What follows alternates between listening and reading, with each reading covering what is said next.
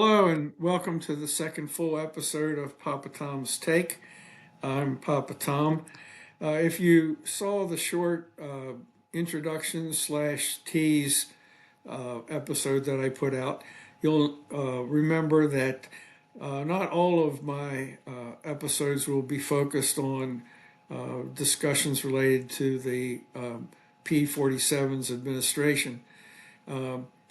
And that others will be involved with things that I'm interested in and experiences that I've had. So today, this episode relates to something that I've become very interested in. Over the last few months, I've become very interested in artificial intelligence. I've read several books related to artificial intelligence. In fact, the book I'm reading now says AI snake oil, so that it has some cautions in. I might be late to the game. Maybe others of you have been using these tools for a long time, and so I just look like an old man discovering a candy store to play in. I recently got a chatbot, ChatGPT, and I've experimented with it quite a bit. And so today, what I want to do is mainly for people who don't have any experience or heard about it and might be leery of trying it. It's kind of a demonstration of at least where I am with using it. I will say that initially I thought that it was not going to be significantly different from, say, Googling a subject. But what makes it different is that if you Google a subject, you get a series of references that relate to it, and then you have to go read them and so on. What ChatGPT does, the bot does, is if you ask a question, it answers it as if you were having a conversation with a person. So that's what I'm going to illustrate today, and then at the end we'll kind of bring it all together and talk about some of my fears and some of my hopes for artificial intelligence, and also point to a follow-up episode that I'm planning to have down the road relating to artificial intelligence and education. So what I've done is I've had a chat with the chatbot, and I asked a series of questions and gave it a series of prompts. And then I took that response and put it into a Word document, and then I'm going to use the read review option on the Word document so that it's reading the response. I was originally going to do it as if it was a conversation between me and the bot, but that got too complicated, couldn't pull that off. In fact, I'm going to apologize up front that if I fumble this, I'm just going to plow right through and say oops and then redo it. So it's not going to be, I would be surprised if it's going to be simply a smooth transition from me speaking to it speaking, but we'll see where it goes. And I'm doing this at one level kind of as fun thing, and then as another level just to show some of the capabilities. It's not a serious conversation, as you'll see very quickly. So one of the things that I learned was that with each bot, their database is upgraded on some kind of schedule. And so the first question that I posed to my bot was, I said, hey, let's chat. Before we get started, what's your most recent update? And here is, I'm going to say her because I've used her voice. Here is her response. Hey, Tom. My most recent data update is up to October 2023. This means that I have access to information and events that occurred up until that time, but I might not be aware of anything that happened after that. How can I assist you today? Okay, so that tells me that I can't ask a question about something that happened recently, like there'd be no information regarding the recent inauguration or anything related to the LA fires. So then one of the entry level is that ChatGPT can give you specific information. So I asked the question, what year did Frank Robinson win the Triple Crown, and what were his stats for that year? I can help with that. Frank Robinson won the Triple Crown in 1966 while playing for the Baltimore Orioles. His stats for that season were a .316 batting average, 49 home runs, and 122 runs batted in, RBIs. It was an impressive achievement that contributed to him winning the American League MVP award that year as well. So notice that not only did I get the stats there, but I got a comment. It was impressive. So that's again beyond what you get with Google. So that's ability to give a specific fact. Now I want to interject something that I found out here. When a chatbot gives bad information, the jargon is that it's hallucinating. To me, it's a lie, but it's hallucinating. When I first started playing with this, I asked the bot to give me 3 recent dissertations that were written related to AI to education, and it gave me 3 amazing titles for dissertations. And then I noticed that the author of the first one was Jane Doe. So I said, what universities are these from? And the chatbot admitted that these were fabricated to emulate what would be possible, but basically she couldn't find anything to answer that question. So then I went on, so we can do the facts. So now I went on to sort of test its ability to do like some kind of evaluation or synthesis. So I asked, list 5 NFL players from the 1960s who might be on a list of the best players of that time period. And this is what I got. Certainly. Here's a list of 6 NFL players from the 1960s who are often considered among the best of that era, along with brief explanations for each. Jim Brown.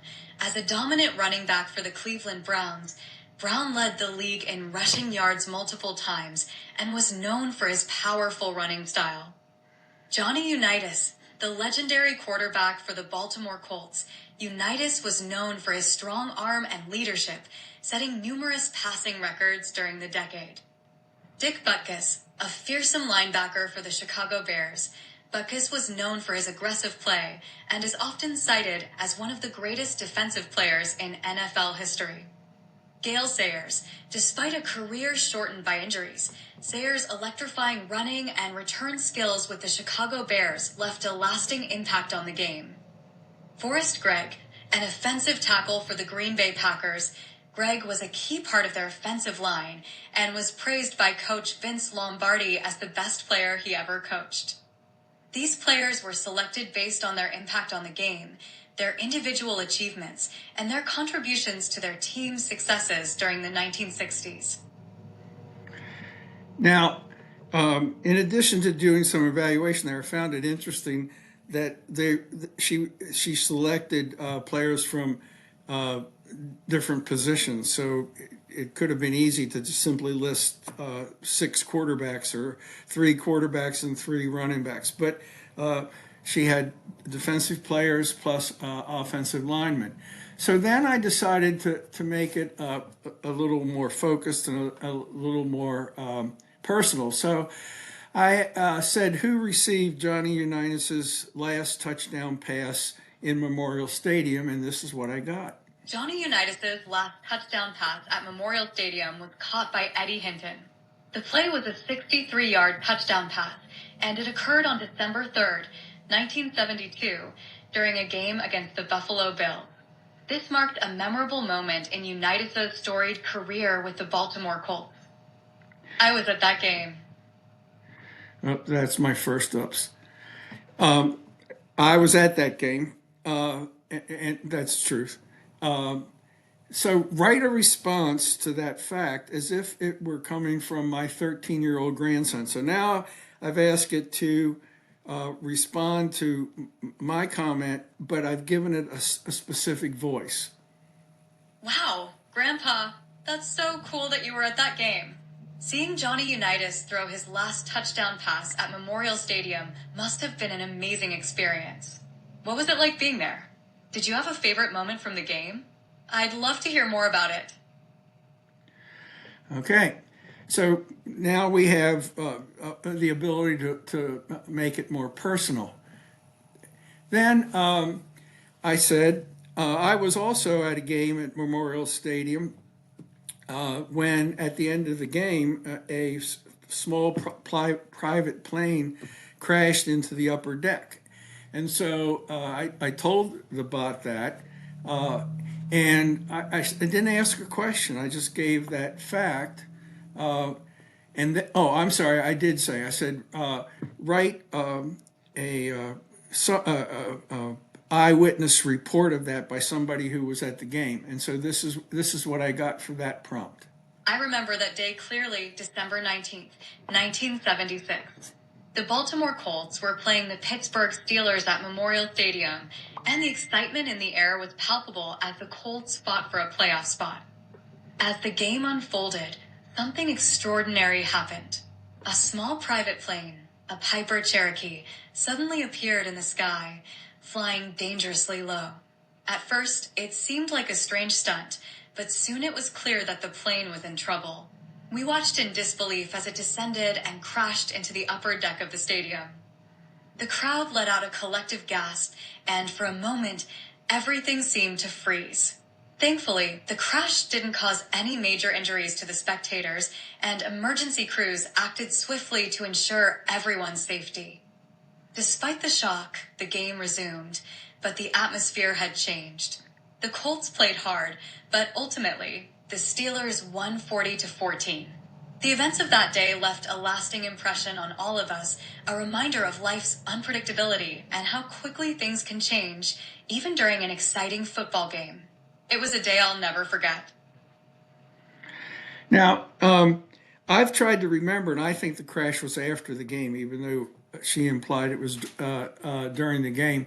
Uh, uh,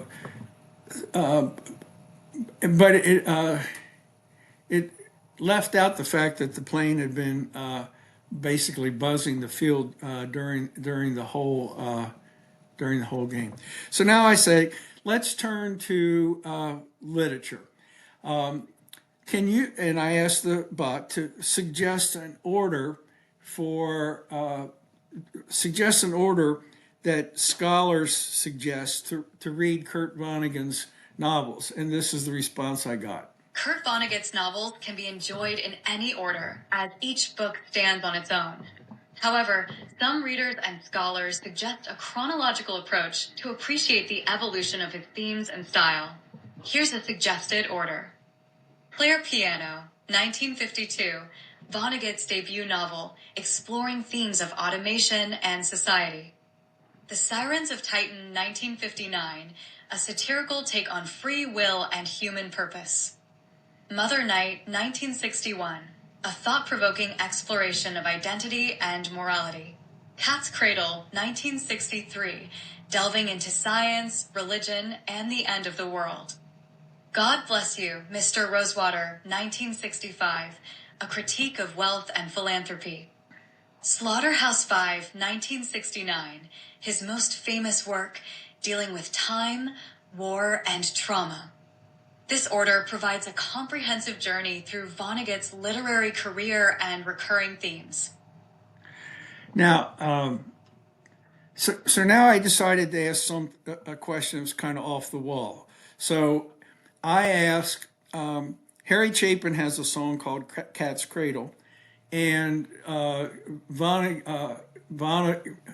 Harry Chapin's song is Cats in the Cradle, and Kurt Vonnegut's book is Cat's Cradle. So I asked, is there any connection? Now that's kind of an off the wall question to pose. So information would have to be gathered from a lot of different sources. It's a common curiosity, but there's no direct connection between Kurt Vonnegut's novel, Cat's Cradle, and the song Cats in the Cradle by Harry Chapin. Cat's Cradle, published in 1963, is a satirical novel that explores themes of science, religion, and the end of the world through the fictional substance Ice-9. The title refers to the string game, symbolizing the complexity and futility of human endeavors. On the other hand, Cats in the Cradle, released in 1974, is a folk rock song about the relationship between a father and son, highlighting themes of time, regret, and missed opportunities. The phrase cats in the cradle in the song is more metaphorical, representing the passage of time and the cyclical nature of life. While both works use the imagery of a cat's cradle, they address very different themes and ideas. The similarity in titles is coincidental, but both have left a significant impact in their respective fields. Okay, kind of off the wall. So now I come back to one of Kurt Vonnegut's books, and I tell the bot that God bless you, Mr. Rosewater was my favorite Kurt Vonnegut book, but I forgot a lot about it. And so, can you please recap the characters and give a brief definition of them? So, this is very similar to asking the question about the NFL players. God bless you, Mr. Rosewater was my... Certainly. Here's a list of the main characters from God Bless You, Mr. Rosewater, along with brief descriptions. Elliot Rosewater, the protagonist, a wealthy and eccentric philanthropist who struggles with the responsibilities of his family's fortune and seeks to help the poor and downtrodden in Rosewater County, Indiana. Sylvia Rosewater, Elliot's wife, who becomes increasingly frustrated with Elliot's unconventional lifestyle and eventually leaves him. Senator Lister Ames Rosewater, Elliot's father, a conservative and influential politician who is concerned about Elliot's behavior and the future of the family fortune. Norman Mushari, a cunning and ambitious lawyer who works for the Rosewater Foundation. He plots to declare Elliot insane in order to redirect the Rosewater fortune to distant relatives. Fred Rosewater, a distant relative of Elliot, living in Rhode Island. Fred is an insurance salesman and represents the average American whom Mushari targets as a potential heir to the Rosewater fortune. Kilgore Trout, a recurring character in Vonnegut's works, Trout is a science fiction writer whose works influence Elliot's worldview. These characters drive the novel's exploration of wealth, responsibility, and the nature of charity. So now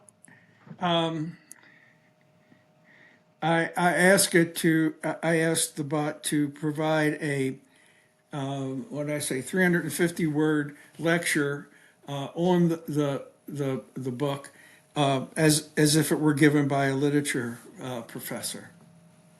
Certainly. Today, we delve into Kurt Vonnegut's God Bless You, Mr. Rosewater, a novel that serves as a sharp critique of wealth, capitalism, and the American dream. Published in 1965, this novel is a cornerstone of Vonnegut's exploration of societal structures, akin to the satirical lens found in works like Joseph Heller's Catch, 22, or John Steinbeck's The Grapes of Wrath. The story follows Elliot Rosewater, the heir to a vast family fortune, who becomes disillusioned with the superficiality and moral bankruptcy that often accompany wealth. Unlike the typical capitalist archetype, Elliot seeks to use his resources for genuine altruism, attempting to aid the impoverished residents of Rosewater County, Indiana. This sets up the central conflict of the novel, the tension between inherited wealth and social responsibility. Vonnegut uses Elliot's journey to question the ethics of wealth distribution and the societal structures that perpetuate inequality. Elliot's character can be seen as a counterpoint to the self-serving protagonists in Scott Fitzgerald's The Great Gatsby, where wealth is often depicted as a corrupting force. In contrast, Elliot's philanthropy challenges the notion that wealth must lead to moral decay. The novel also introduces us to Norman Mushari, a scheming lawyer who embodies the predatory nature of capitalism. Mushari's attempt to declare Elliot insane and redirect the Rosewater fortune to distant relatives underscores the novel's critique of legal and financial systems that prioritize profit over people. Vonnegut's use of satire and dark humor highlights the absurdities within these systems, much like Heller's Catch, 22, where bureaucratic logic leads to madness. Additionally, the recurring character Kilgore Trout, a struggling science fiction writer, serves as a narrative device to inject philosophical musings on human nature and societal flaws. In conclusion, God Bless You, Mr. Rosewater is a profound exploration of wealth and morality, challenging readers to reconsider the true value of money and the ethical obligations of those who possess it. Through Eliot's idealism and the novel's biting satire, Vonnegut invites us to reflect on the possibility of a more compassionate and equitable society. Now, it's interesting because one of the things that does is sets up the possibility that a student could do an extensive search like this, conversation like this with a bot, and not ever read the book. That was very, very, very detailed. Uh, in snake oil, though, it gives an example of a attorney who, in order to do a brief quickly, had the chatbot write the brief, and it hallucinated all the cases, and so the attorney got certainly reprimand for making up cases that didn't exist. So that's always an issue. I'm going to slide down here to the last question that I posed in this conversation. Given that discussion of God Bless You, Mr. Rosewater, I wondered if there could be any parallels drawn between the novel and the characters in the novel and Musk and Gates as current billionaires. Certainly. In exploring the themes of God Bless You, Mr. Rosewater, and their parallels to contemporary figures like Elon Musk and Bill Gates, we can draw intriguing connections about wealth, philanthropy, and societal impact. Kurt Vonnegut's novel centers on Eliot Rosewater, a wealthy heir who grapples with the moral responsibilities of his fortune. His journey is a poignant exploration of how wealth can be wielded for genuine altruism, rather than self-serving ends. This theme resonates with the philanthropic efforts of modern billionaires like Musk and Gates, who are often in the spotlight not just for their business acumen, but for their contributions to global issues. Bill Gates, through the Bill and Melinda Gates Foundation, has focused on global health, education, and poverty alleviation, echoing Eliot's desire to use wealth as a force for good. Gates' approach reflects a belief in strategic philanthropy, aiming for systemic change, an ideal that aligns with the novel's critique of passive wealth accumulation. Elon Musk, on the other hand, embodies a different facet of this theme. His ventures in renewable energy and space exploration, while profit-driven, also aim to address existential threats like climate change and interplanetary survival. Musk's vision of wealth as a tool for innovation and future-proofing humanity parallels Eliot's unconventional philanthropy, challenging traditional notions of how wealth should be utilized. However, both Musk and Gates also face scrutiny, much like Eliot does in the novel. Their wealth and influence raise questions about accountability and the ethical implications of private individuals wielding such power over public welfare. This mirrors Vonnegut's exploration of the societal structures that enable and challenge the wealthy. In conclusion, God Bless You, Mr. Rosewater offers a timeless reflection on the responsibilities of wealth, a theme that remains relevant as figures like Musk and Gates navigate the complex interplay of capitalism, innovation, and philanthropy. As we consider their impact, Vonnegut's narrative invites us to critically assess how wealth can be a catalyst for meaningful change in our world. Interesting conversationalist, this bot. That would make for interesting conversation over a dinner or a dinner party or a cocktail party. So I'm still at the point where I'm playing with this chat GPT. I find it very interesting and fun. Sometimes I just have little conversations with it. I use it for information as opposed to Google, partly because I can get the information more quickly and more directly. I am concerned about hallucinating, and so I check to make sure that I'm not being told a lie.